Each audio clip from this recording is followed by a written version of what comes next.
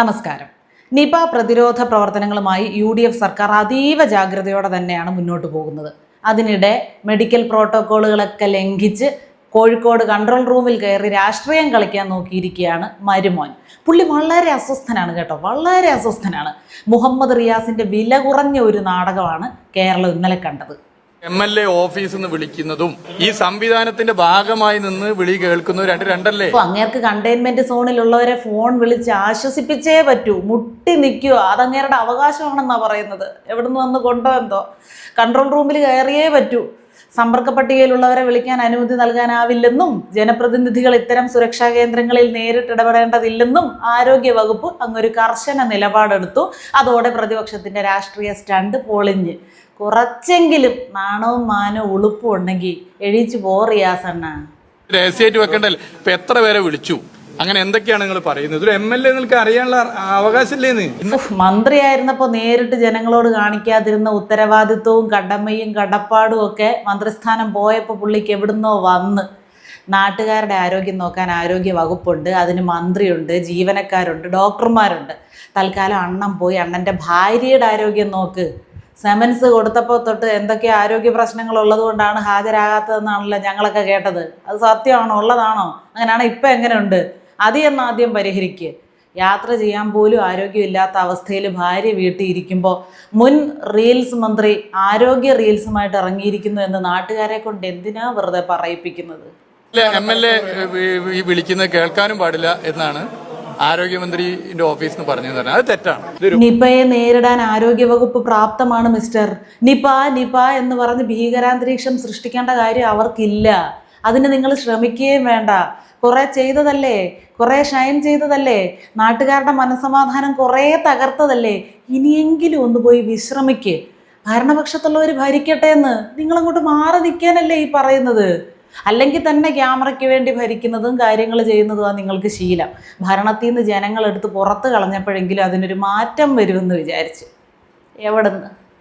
ജനങ്ങൾ തെരഞ്ഞെടുത്ത ഒരു ജനപ്രതിനിധി സർക്കാർ സംവിധാനത്തിന്റെ ഭാഗമായി ഇരുന്നു കൊണ്ട് നിങ്ങൾക്ക് കാര്യങ്ങളൊക്കെ നല്ല നല്ല ധൈര്യത്തിലിരിക്കണം, നമ്മളെല്ലാവരും ഒരുമിച്ചുണ്ടെന്ന് പറയുന്നതിൽ എന്താ തെറ്റ്? ചേടാ, MLA ഇങ്ങനെ കിടന്ന് പട്ടിഷോ കാണിച്ചാൽ ഇനിയിപ്പോൾ ഓടുവോ? നാട്ടിലുള്ളവരെ എല്ലാം വിളിച്ച് കൺട്രോൾ റൂമിൽ കയറ്റി കാര്യങ്ങൾ അന്വേഷിക്കാൻ ഇത് കല്യാണമാണോ? അല്ല. മന്ത്രിയായിരുന്നപ്പോഴും ഫോട്ടോഷൂട്ട്, ഇറങ്ങിയപ്പോഴും ഫോട്ടോഷൂട്ട്. ഞാൻ ഒറ്റയ്ക്ക് MLA ഓഫീസിൽ നിന്ന് വിളിക്കുന്നതും ഈ സംവിധാനത്തിന്റെ ഭാഗമായി നിന്ന് വിളി കേൾക്കുന്നതും രണ്ടല്ലേ? ഇതിന്റെ ഭാഗമായിട്ട് ഇതേ പറഞ്ഞിട്ടുള്ളൂ. സർക്കാർ ആശുപത്രി സർജന്റെ അനാസ്ഥ മൂലം വയറ്റിൽ കത്രിക വെച്ചൊരു സ്ത്രീ വർഷങ്ങളോളം കഷ്ടപ്പെട്ടായിരുന്നു.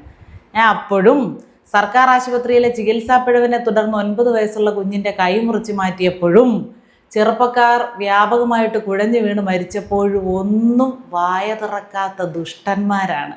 ഇപ്പോൾ നിപ, ഷിഗല്ല, എലിപ്പനി എന്നൊക്കെ പറഞ്ഞ് അമിതാവേശമാണ് കാണിക്കുന്നത്.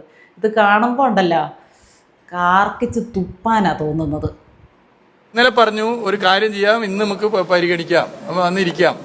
ഇതിപ്പോ വീട്ടിൽ പോയി ഫോൺ വിളിച്ചാൽ മതിയെന്ന് ഏതായാലും അവിടെയുള്ള ജീവനക്കാർ പറഞ്ഞില്ലല്ലോ. പണ്ട് ഏതോ ഒരു കാരണം അവരങ്ങനെ പറഞ്ഞിട്ടുണ്ട്. അവരേതായാലും അങ്ങനൊന്നും പറഞ്ഞില്ല. തൽക്കാലം അവർ കാണിച്ച ആ മര്യാദ അംഗീകരിച്ചുകൊണ്ട് വീട്ടിൽ ചെന്ന് വിറയൽപ്പനിയുള്ള ഭാര്യയെ പരിചരിക്കുക. അല്ലെങ്കിൽ ഏതായാലും അവിടെ കുത്തിയിരിക്കുകയല്ലേ. സമരം ഒരർത്ഥമുള്ളതാകട്ടെ. EDക്ക് മുന്നിൽ ഹാജരാകാൻ കഴിയാത്ത വിധത്തിൽ ഒരു MLAയുടെ ഭാര്യയുടെ ആരോഗ്യം പോലും ഇവിടെ ക്ഷയിച്ചിരിക്കുകയാണ്. അവരുടെ ആരോഗ്യം പോലും സംരക്ഷിക്കാൻ കഴിയാത്ത ആരോഗ്യവകുപ്പ് മന്ത്രി പരാജയമാണ്. ആരോഗ്യവകുപ്പ് മന്ത്രി രാജിവെക്കണം എന്ന് അവിടെ ഇരുന്നുകൊണ്ട് റിയാസണ്ണ. ക്യാമറ അറ്റൻഷൻ കുറച്ചു നേരം കൂടെ കിട്ടുകയും ചെയ്യും. വിശക്കുമ്പോൾ എഴുന്നേറ്റ് അങ്ങ് പോയാൽ മതി. കഴിഞ്ഞവണൊക്കെ എല്ലാവരും വിളിച്ചിട്ടുണ്ട്. അത് പകർത്തേണ്ട ഒരു പാർട്ടി ഉണ്ട്. ഇത് വേറെ മോശമാക്കോ? നിങ്ങളെ തന്നെ വിഷ്വലിൽ വന്നല്ലേ? ഇത് രഹസ്യമായിട്ട് വെക്കണ്ടല്ലോ. വെറുതെ ഇരുന്ന് കണ്ണു ഉരുട്ടാതണ്ണ. കിട്ടുന്നത് വാങ്ങിച്ചു കൂട്ടേണ്ടി വരും. ഭരിക്കുന്നത് അമ്മായിയച്ഛനല്ല, ആ ഓർമ്മ വേണം. അല്ല, ഇതിന് വീട്ടിൽ സ്വസ്ഥത ഇല്ലാഞ്ഞിട്ട് വല്ലത് ഇവിടെ വന്നിരിക്കുന്നതാണോ എന്തോ? എങ്കിൽ പിന്നെ വല്ല കടൽ തീരത്തോ പാർക്കിലോ പോയി ഇരിക്കണ. ഈ നാടകം കാണാൻ ഏതായാലും ജനങ്ങൾക്ക് താല്പര്യമില്ല. അതുകൊണ്ട് പിന്നെ അവിടെ ഒറ്റയ്ക്കിരുന്ന് അഭിനയിച്ച് നാറുന്നതും നാറ്റിക്കുന്നതും എന്തിനാ? ഒന്നുമില്ലേലും 10 വർഷം കേരളത്തിനെ കാർന്നു നിന്ന വൈറസിനെ വീട്ടിലിരുത്തിയില്ലേ കേരളം ജനങ്ങൾ. അതുകൊണ്ട് പുതിയ ഏത് വൈറസ് കേരളത്തിൽ വന്നാലും അതിനെല്ലാം ഞങ്ങൾ അതിജീവിക്കും. വവ്വാലിനെ അറസ്റ്റ് ചെയ്യുക, ആരോഗ്യമന്ത്രി രാജിവെക്കുക തുടങ്ങിയ മുദ്രാവാക്യങ്ങളും വിളിച്ചുകൊണ്ട് കുത്തിയിരിപ്പ് ഷോകൾ നടത്തുന്ന സമയത്ത് ഇവിടെ മയക്കുമരുന്ന് ഒതുക്കുന്ന ആഭ്യന്തര വകുപ്പിന് ഒരു അനുമോദനം കൊടുക്കാൻ നിങ്ങൾ നോക്ക്. അതിന് ശ്രമിക്കുക. കഴിഞ്ഞ 10 വർഷത്തിനുള്ളിലാണ് ഇവിടെ ഏറ്റവും കൂടുതൽ മയക്കുമരുന്ന് വ്യാപനം ഇത്രയും രൂക്ഷമായത്. അവർ ചെയ്യുന്ന നല്ല കാര്യങ്ങളൊന്നും കാണാതെ, അതിനെ അഭിനന്ദിക്കാതെ, അതിനെക്കുറിച്ചൊന്നും അഭിപ്രായം പറയാതെ പ്രതിപക്ഷത്തിരുന്നുകൊണ്ട് ഭരിക്കാൻ നോക്കുക.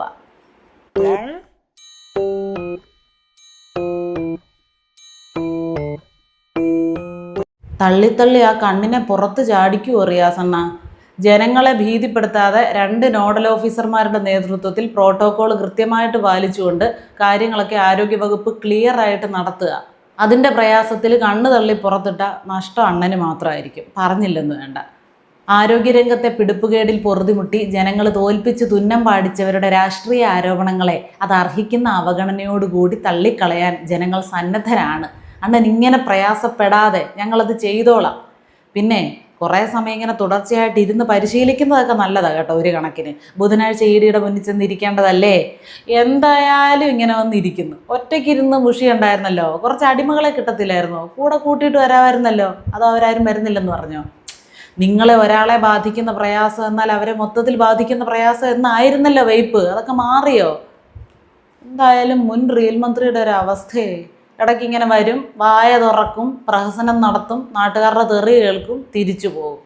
എന്തായാലും അണ്ണനുണ്ടായ ബുദ്ധിമുട്ട് വ്യസന സമേതം നാട്ടുകാരെ അറിയിച്ച് എന്നോടുള്ള കടപ്പാട് എന്നും ഉണ്ടായിരിക്കണം എന്ന് ഓർമ്മിപ്പിച്ചുകൊണ്ട് ചെല്ലട്ടെ.